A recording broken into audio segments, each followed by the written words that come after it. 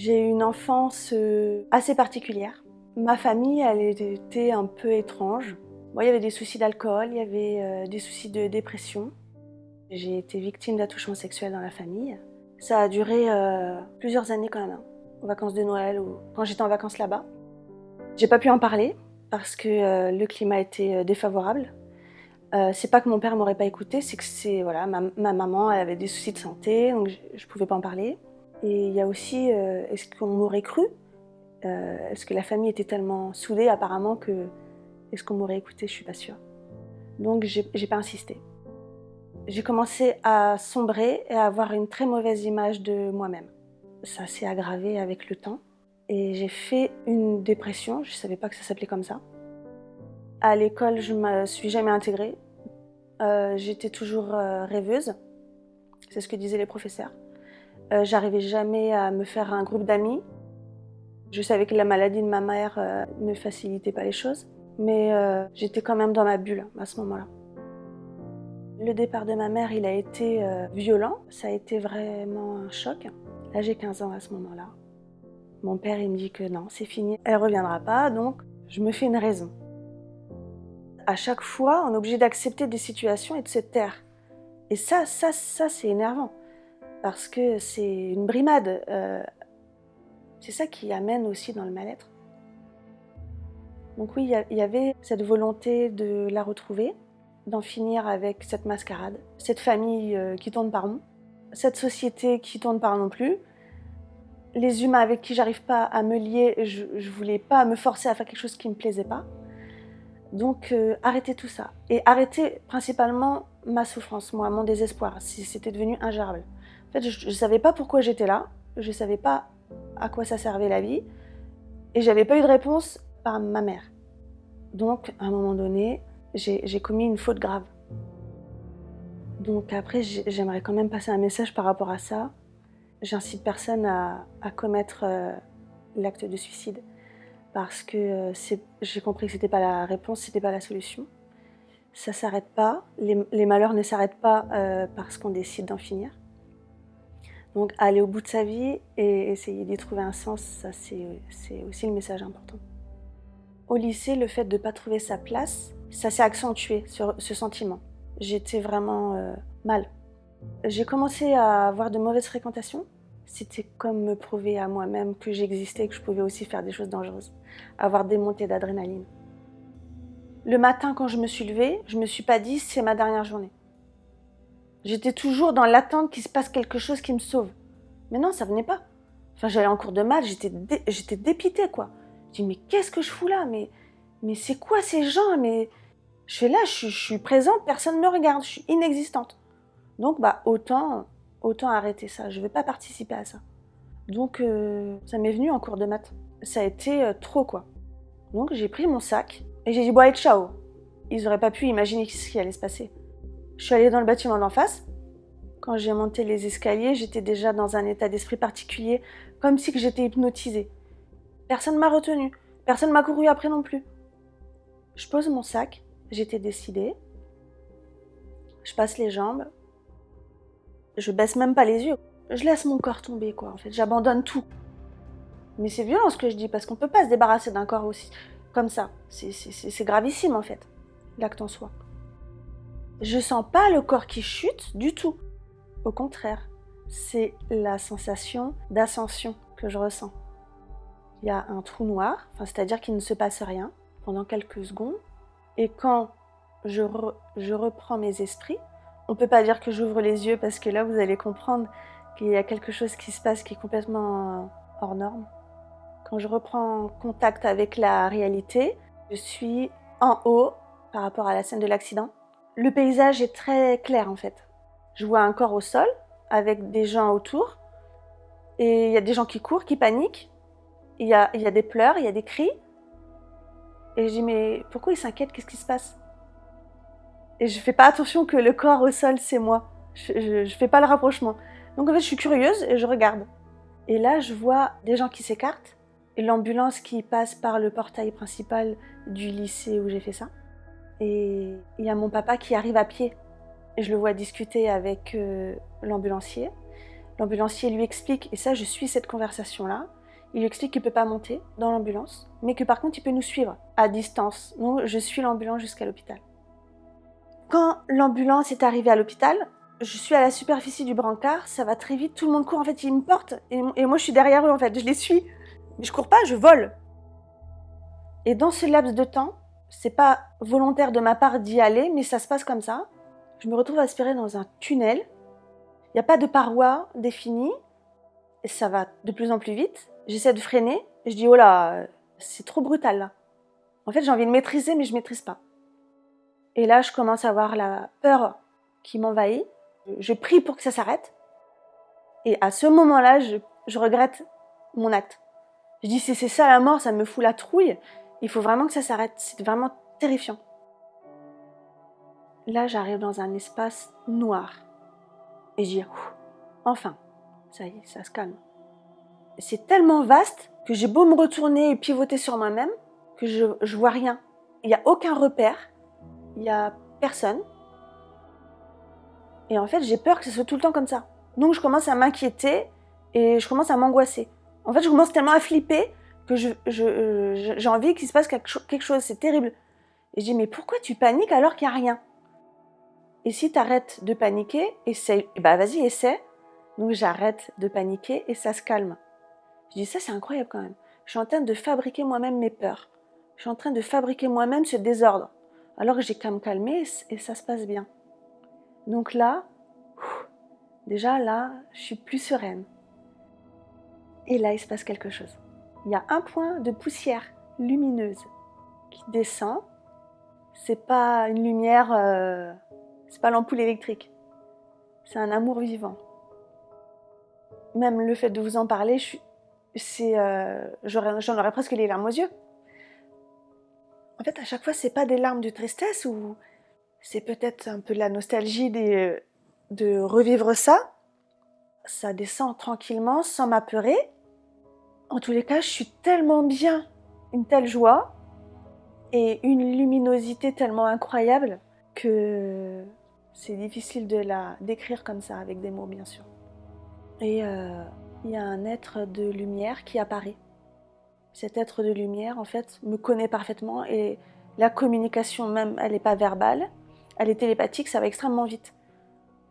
Donc je lui demande, c'est tellement beau, c'est comment faire pour être pareil. J'aimerais bien savoir ce que c'est, enfin, qu'est-ce qui se passe après, elle est où ma mère, du coup? Donc il me dit, t'inquiète pas, ça, tout va bien. Alors j'insiste, je dis, ouais, mais elle est où vraiment? Donc ça veut pas trop me répondre. Et elle me questionne, cette présence. Elle me dit, mais pourquoi tu es là? Alors je lui dis, je suis là parce que ça se passe pas bien dans ma vie, je trouve pas le sens de ma vie. Il y a une telle souffrance que je peux plus la vivre. Et là, vu que je suis en train de vivre quelque chose d'incroyable, j'aimerais que ce soit tout le temps ça ma vie. Il me dit, bah, qu'est-ce qui t'en empêche? Bah, ce qui m'en empêche, c'est là, c'est cette famille, c'est les gens, c'est la société, c'est le monde, c'est la planète qui se détruit, ça va pas quoi. Donc je sens bien que je me plains beaucoup et cette présence elle est tellement aimante qu'elle m'envoie tellement d'amour, elle essaie de me faire passer un message. Est-ce que tu veux savoir? J'ai dit oui, je veux apprendre. Alors, il y a un changement qui m'emmène dans le passé. Et je revis le film de la rencontre de mes parents. Le moment où ils se sont rencontrés, comme si je regardais leur film qu'ils avaient filmé. Le jour où ils ont décidé d'avoir un bébé, ils ont décidé de m'avoir et moi déjà j'étais là, avant la conception. Et je vis ce qui se passe dans le ventre de ma mère. La division cellulaire, je la vois, je sais comment ça se passe.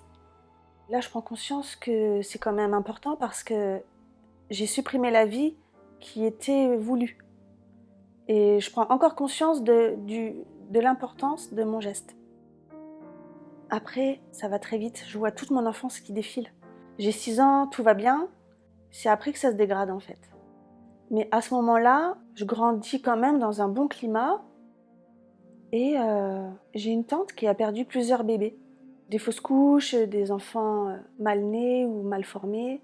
Je lui ai jamais exprimé la peine que j'avais pour elle.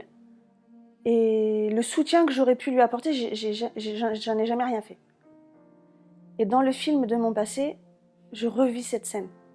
C'est-à-dire que je suis à la place de cette tante et j'ai ses yeux, de comment elle me perçoit. Et elle a une très mauvaise image de moi en fait.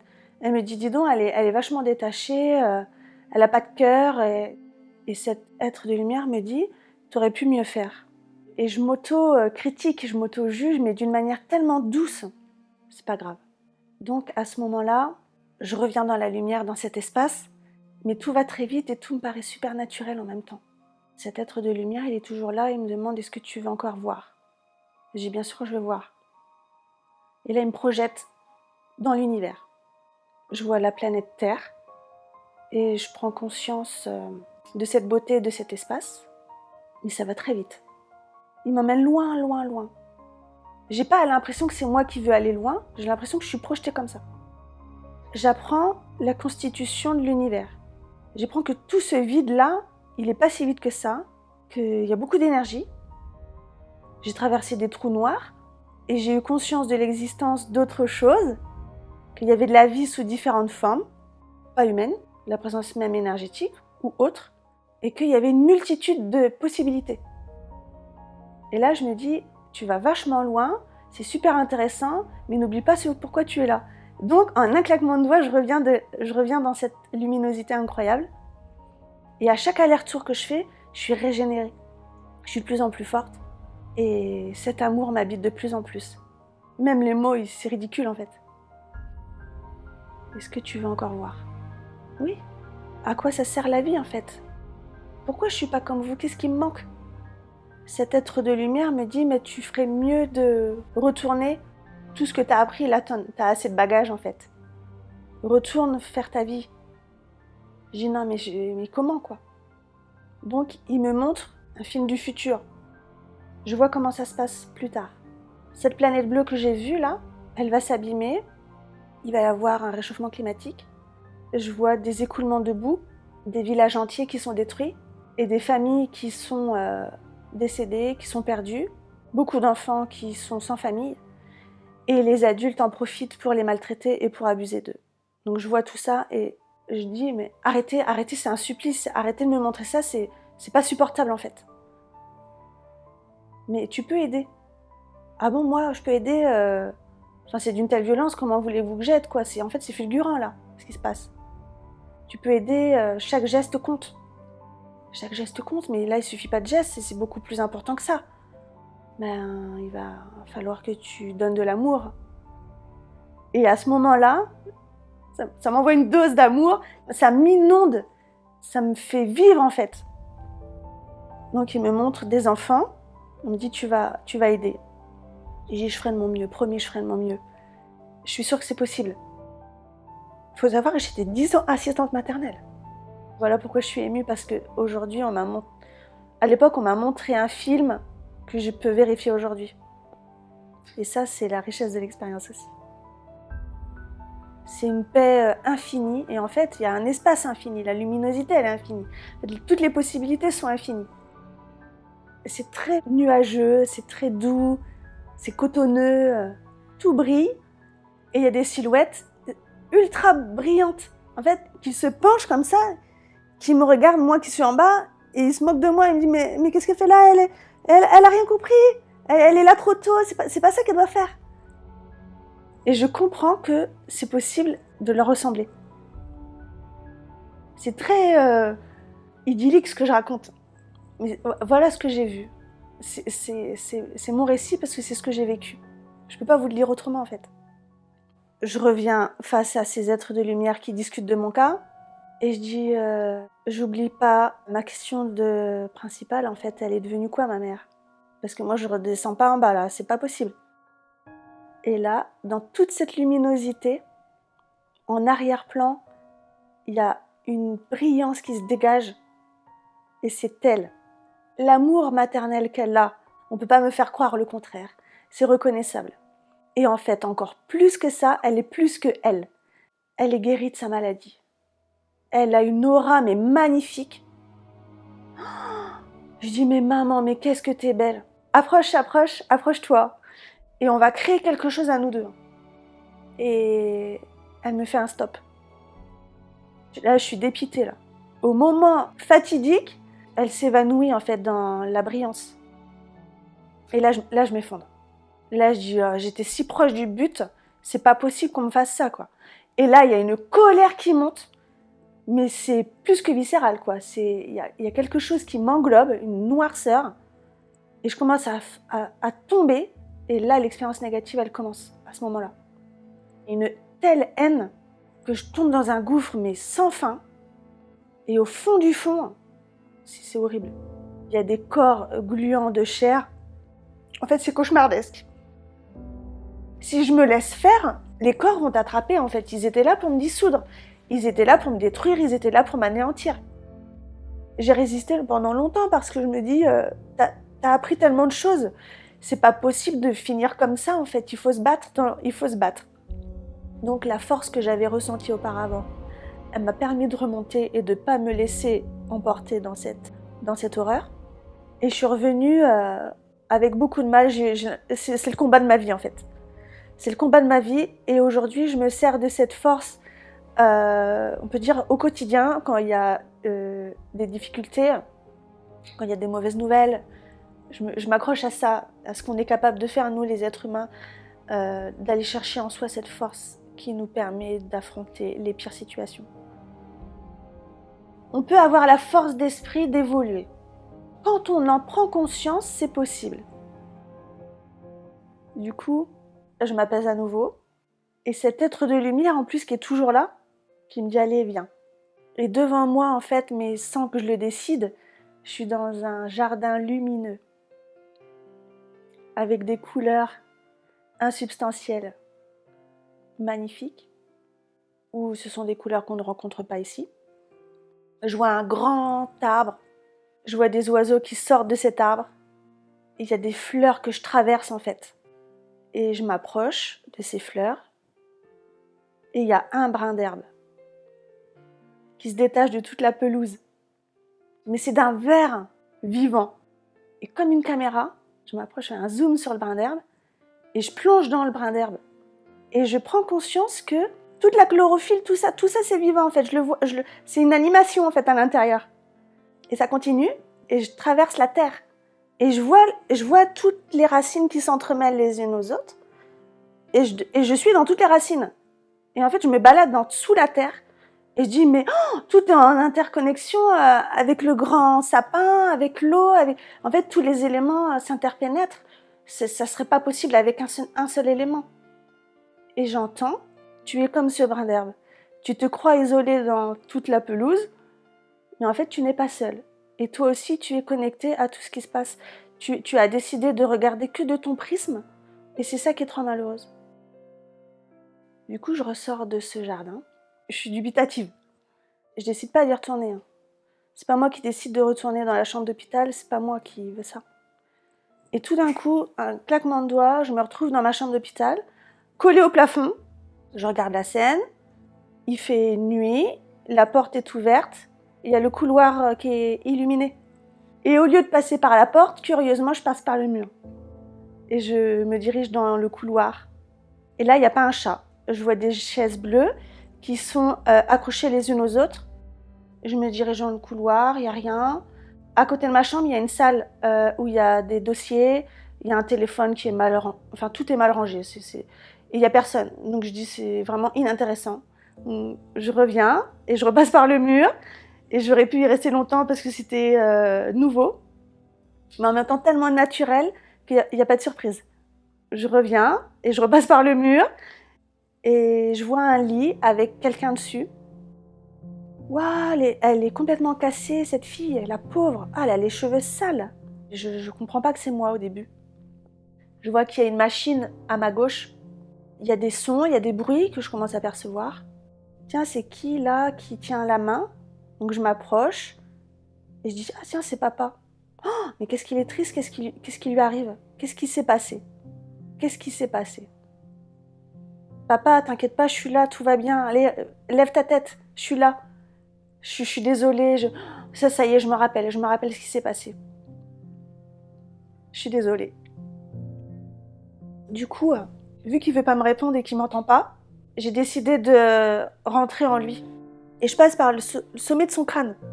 Donc je deviens lui en fait. Mais quel homme, c'est pas parce que c'est mon papa, c'est pas ça. On n'est pas là-dedans du tout quoi en fait. Je l'ai anéanti cet homme-là, je l'ai anéanti et je vois sa vie, je vois qu'il est vaillant, il s'est jamais découragé. En fait, j'ai ces épreuves de vie là en fait dans mon cœur. Au moins il faut être fort pour lui. Et je reviens dans mon corps en fait. Je reprends possession des lieux. Et là, il y a le physique qui se fait entendre. Là, il y a les machines qui bipent. Et ça faisait 5 jours que j'étais allongée là, plongée dans un coma artificiel pour pouvoir rester immobile. Parce que, évidemment, j'ai été fracturée de la colonne vertébrale. Donc, et j'étais dans un moule de plâtre, en fait, il ne fallait pas que je bouge. Et quand je reviens dans ma chambre, là où je vais rester 3 mois, je suis dans un état, mais lamentable. Au niveau physique, évidemment que je suis cassée, fracturée, mais au niveau du moral, je suis fracassée, quoi. Je dis, qu'est-ce que t'as vu là? T'es où là? Parce que j'ouvre les yeux, j'arrive pas à être ici, je suis en même temps ailleurs. Il y a les images en fait, l'expérience a envie de continuer, mais non, la luminosité est encore là, mais je vois mon père. Je dis, papa, tu devineras jamais ce qui s'est passé. Oh, tu devineras jamais qui j'ai vu, mais c'est tellement... Puis je débite. Il dit, non mais tu débloques complètement, quoi. Donc il me donne des shoots pour que je me taise. Et mon père, il me dit, tais-toi, tu débloques, on va te mettre la camisole de force, on va te mettre des cachets, tais-toi. Donc je me tais.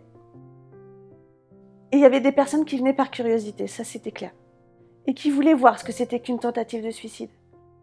Et je leur demandais de me ramener les cours, parce que je voulais rester dans la vie. Donc il y a des professeurs qui sont venus, et en fait la vision était tellement insupportable, il y a des gens, ils n'arrivaient même pas à me regarder. Et les gens qui venaient par curiosité, je leur disais, en fait j'avais une franchise, mais insupportable, c'était sans limite. Je leur disais, toi tu dégages de ma chambre. Et les gens, ils étaient choqués, mais comment Christine elle peut nous parler comme ça, quoi? Elle était tellement timide, tellement gentille, tellement niaise. Comment c'est possible? Le fait du hasard a fait que je sympathise avec la femme de ménage et je lui dis, bah écoutez, personne ne veut m'aider à me lever, on me répond jamais vraiment, donnez-moi le bras et aidez-moi, quoi. Oh non, j'ai pas le droit, je serai virée, je vais vous faire mal. Écoutez, c'est moi que ça regarde. Juste soutenez-moi. Mais non, madame, je peux pas vous aider à vous lever, vous êtes paralysée. Quoi? Je suis pas paralysée. On me l'aurait dit quand même. Mon père me l'aurait dit. Donc là, ça a été un coup de massue, quoi. Quand mon père il arrive, on en discute, on fait venir les médecins, on me lit les comptes rendus. Bon bah ok. Il fallait se rendre à l'évidence. La moelle épinière a été touchée. Du coup, ça a entraîné la paralysie des jambes. Mon père, il me parle des écoles pour handicapés, qu'on va aménager la maison, qu'on va choisir le fauteuil roulant. En fait, tout d'un coup, c'est devenu très, très concret.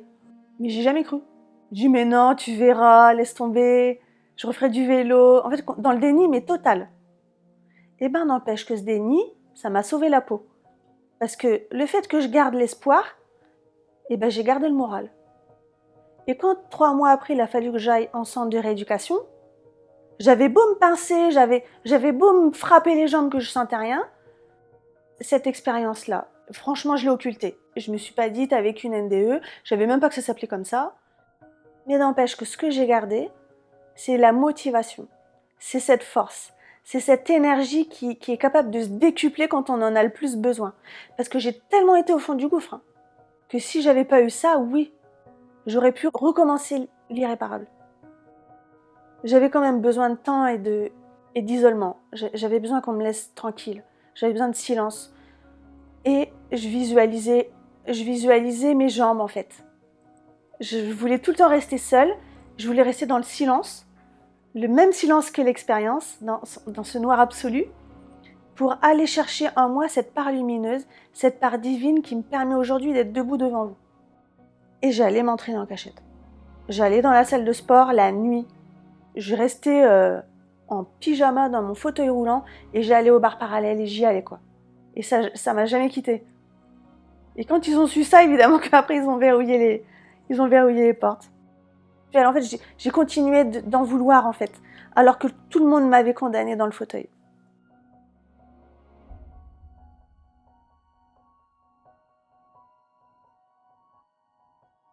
Un jour, j'allais vraiment pas bien. J'étais mariée, j'avais déjà ma fille. T'es assistante maternelle, des fois t'as même pas le cœur à travailler. Qu'est-ce que c'est que ça encore?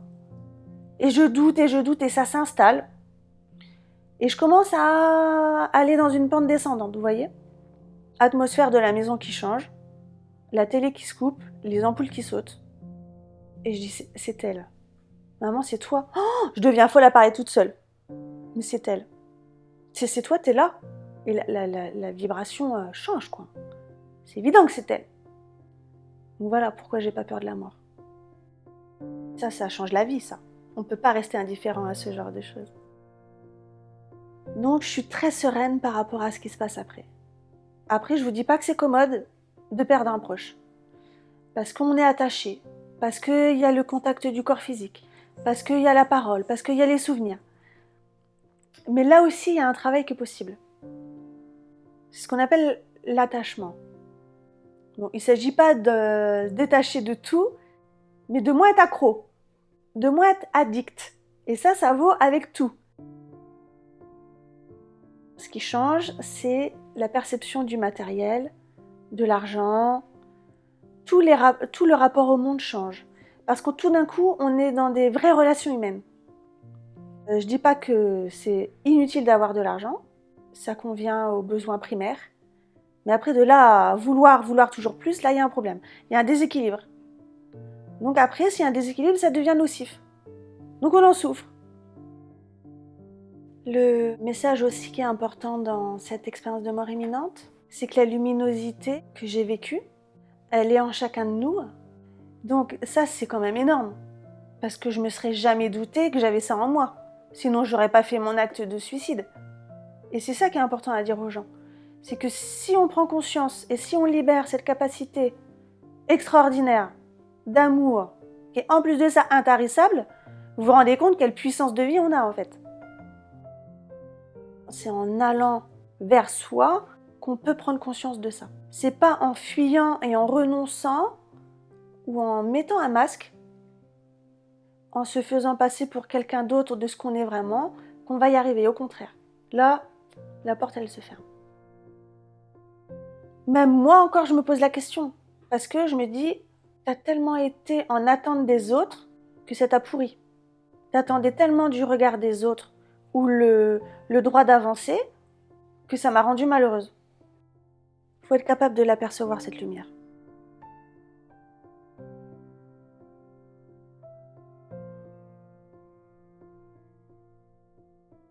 Après mon accident, il y a eu la rééducation. Donc l'expérience, elle n'était plus là. Il y a eu un couvercle, enfin même une chape de plomb, j'ai envie de dire, parce que j'y pensais plus. Et là, je me suis tue pendant 22 ans en fait. Je me dépassais parce que j'ai été brisée de partout, j'ai dû aller au-delà de la douleur. J'avais mes propres techniques. Je fais ma vie de femme, ma vie de maman, 2 enfants, mon métier qui se passe bien, mais c'était pas assez. Il me manquait l'essentiel. L'hypnose, ça m'a permis de regarder en moi, d'aller dans mes souvenirs. Et il n'a pas fallu grand-chose pour que ça émerge.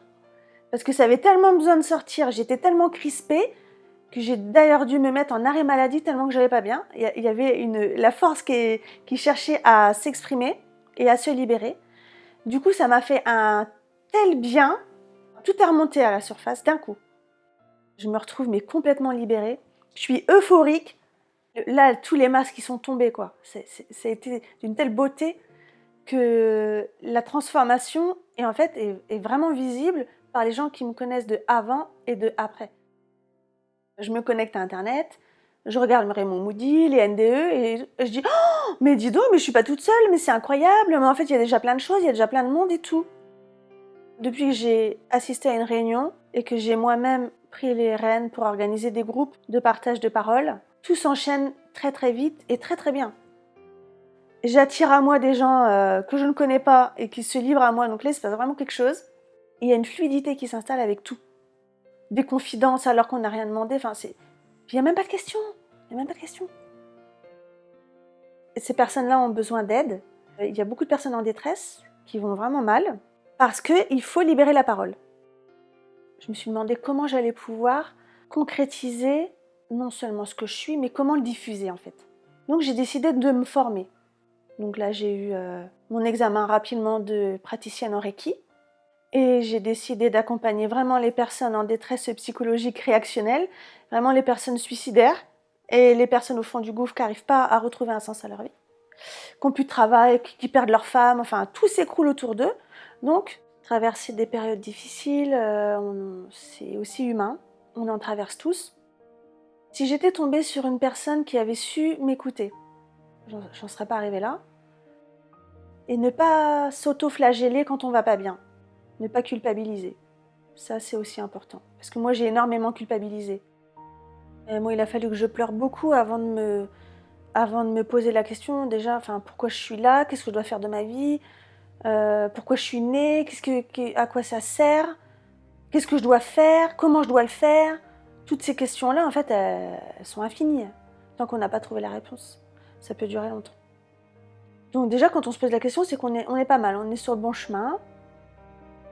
J'ai compris que j'étais venue là pour apporter quelque chose. C'est diffuser cet amour. Comment aimer de la meilleure manière qui soit, comment être bienveillante. Enfin, il ne s'agit pas de dire « Oh, moi je suis gentille ». Non, il faut le montrer. Il faut des preuves, il faut des démonstrations au quotidien. Il ne faut jamais se lasser.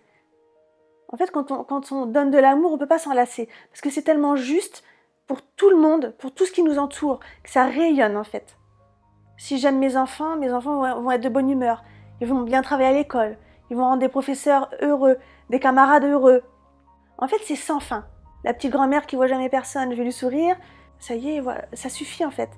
Il s'agit de tellement peu de choses, mais on va chercher En fait, on se casse la tête pour rien.